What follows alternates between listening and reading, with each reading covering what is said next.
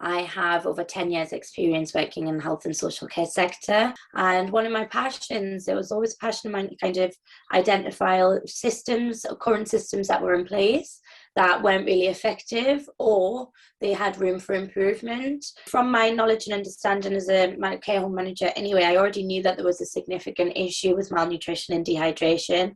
I suppose seeing it firsthand in a hospital setting where now, since I've done research, I know that 40%, 45% chance of admissions are more than likely to get malnourishment or dehydration upon admission to hospital. I was coming home from working in the hospitals with individuals. They were starving. They were already on a palliative pathway, but they were also hungry and thirsty. And then my daughter, she has Rett syndrome. Rett syndrome, it's a condition that affects her MECP2 chromosome. It affects her motor skills, her cognitive skills. And what I was finding is when Millie, my daughter, was going through a regression, she wouldn't eat as well.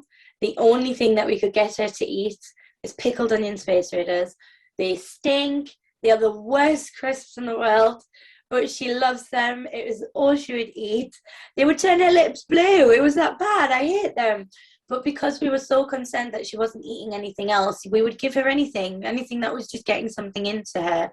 So when I'd have a day at hospital, when I was working with patients and seeing this happening in a clinical setting, I was coming home to my blue-lipped little girl off the Space Raiders, and I couldn't handle it. I was like, I can't watch this slowly happening to you, what I've just been dealing with at work. I just suppose it was like a light bulb moment, really. I founded Sensmart because I had an idea of the multi-sensory menu that I then went on to create.